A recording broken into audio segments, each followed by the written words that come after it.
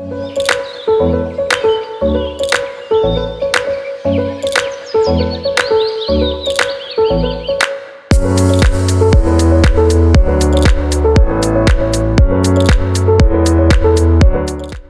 les quatre, nous vous invitons à vivre de nouvelles expériences dans le retail. Déjeuner chez Kitsune, prendre un café chez Saint-Laurent ou encore cuisiner des pâtes chez Franprix. Aujourd'hui, les marques sortent de leur positionnement et innovent à tout va. Mais qu'est-ce qui les pousse à investir autant dans des concepts physiques? Il suffit pour le comprendre de se rappeler les bases du commerce. Attirer, vendre, fidéliser. Seulement depuis l'avènement d'Internet, les clients sont plus volatiles que jamais. Ils consomment plusieurs marques et via différents canaux. Alors comment font les marques pour se distinguer aux yeux des clients et obtenir leurs préférences? Après en avoir interrogé quelques-unes, nous avons trouvé leurs points communs. Elles s'ouvrent à de nouvelles expériences afin de créer une relation client plus intime. Et cela passe notamment par des services inédits. Chez les distributeurs alimentaires, les espaces de restauration se multiplient. S'il est désormais courant de manger dans son supermarché, il est plus surprenant de pouvoir y cuisiner.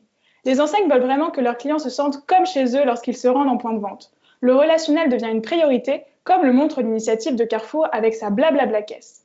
Afin de recréer du lien, les interactions entre le commerce et l'hôtellerie se multiplient.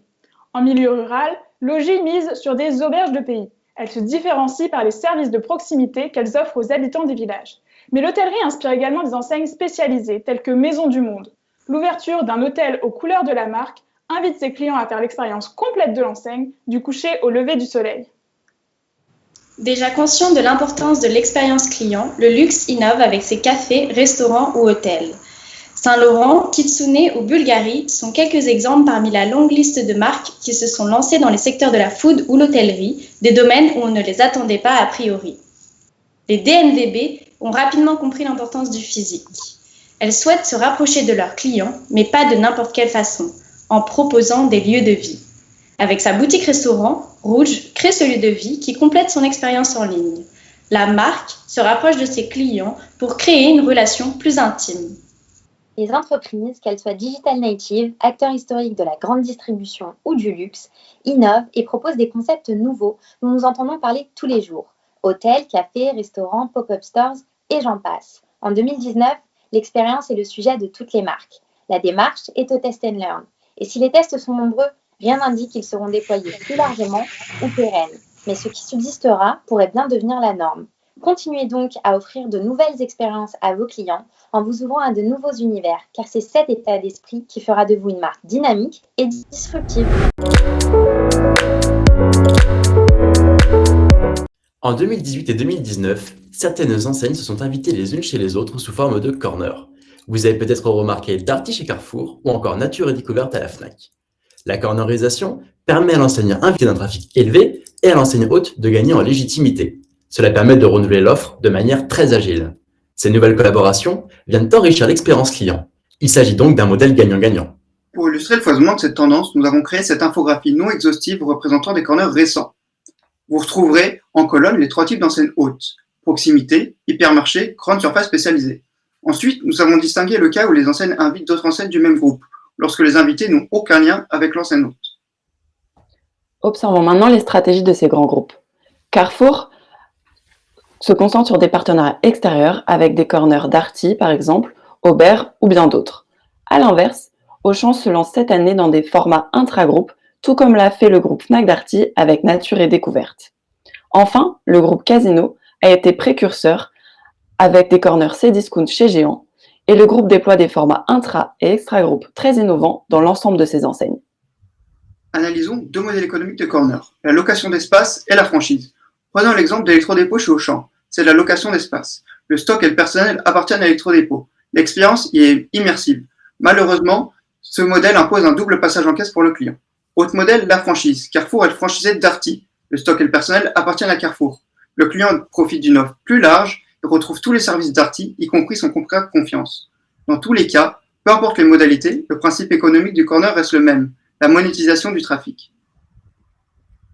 Enfin, des marques nées sur Internet, comme Teddy Bear ou le Petit Ballon, que l'on appelle les DNVB, sont également invitées par les distributeurs pour apporter de l'innovation. Dans le cas de Teddy Bear chez Carrefour, la DNVB apporte de la surprise en magasin. Cependant, il est difficile de recréer l'expérience de la marque en hypermarché et des différences de culture n'ont pas mené à la reconduction de ce corner. Dans le cas du Petit Ballon chez Monoprix, la DNVB devient en quelque sorte catégorie manager du rayon vin en créant et gérant une nouvelle clé de lecture du rayon, simple et attractive, ce qui n'a jamais été fait auparavant.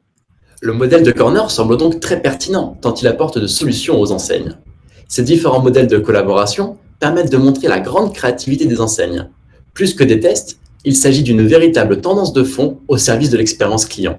Une motivation commune, celle de réinventer le modèle de la grande distribution en passant du tout sous le même toit à tout pour le client, pour citer Tina Schuller. Le copscam, c'est la honte de consommer. Cette tendance qui nous vient tout droit de Suède a été portée par la jeune Greta Thunberg. Et si aujourd'hui nous sommes devant vous, c'est parce que nous l'avons constaté en France en 2019. Les consommateurs sont désormais conscients que leurs achats peuvent avoir un réel impact négatif sur l'environnement. Par exemple, l'acquisition inutile de vêtements ou encore la surconsommation de plastique peuvent engendrer de la culpabilité chez les consommateurs. Face à cela, un enjeu émerge pour les entreprises. Déculpabiliser le consommateur et l'aider à retrouver du sens dans sa consommation pour continuer à acquérir et retenir des clients. Certains acteurs avaient déjà pris conscience de cet enjeu au cours des dernières années. La nouveauté en 2019, c'est que les acteurs historiques ont décidé d'agir. Mais agir de quelle manière ? Prenons l'exemple de l'agroalimentaire. Le copscam peut se traduire par la honte de consommer des produits suremballés.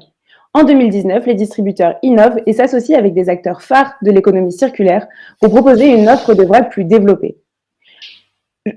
Franprix l'a fait avec Jean Bouteille pour développer une offre de vrac liquide, ou encore comme Danone avec Day by Day, qui ont proposé ensemble un distributeur réfrigéré de yaourt bio. Une grande première pour un industriel aussi important. L'industrie du textile a été la plus touchée par la tendance du copscam, car il s'agit d'une des industries les plus polluantes au monde. Alors les marques, pour continuer à séduire les consommateurs, mettent en place des stratagèmes pour retenir leurs clients qui se tournent de plus en plus vers la seconde main. Par exemple, elles intègrent au sein même de leur marque des systèmes d'achat d'occasion, comme l'ont fait par exemple les Galeries Lafayette, J.M. Weston et bien d'autres. Dans d'autres cas, le copscam peut survenir lorsque consommer est synonyme d'épuisement des ressources naturelles. L'enjeu pour les marques est alors de proposer le même produit, mais avec des matières premières alternatives. Foodcherry a bien compris cet enjeu en proposant cette année le premier burger aux insectes. Afin d'offrir une alternative innovante et efficace à la viande rouge, les insectes étant reconnus pour leurs bienfaits nutritionnels et notamment leurs protéines. Même le luxe que l'on croyait éloigné de ces débats semble se lancer dans le mouvement, à l'image du monde de la joaillerie, récemment bousculé par la tendance des diamants de synthèse, d'ailleurs illustrée par la marque Courbet.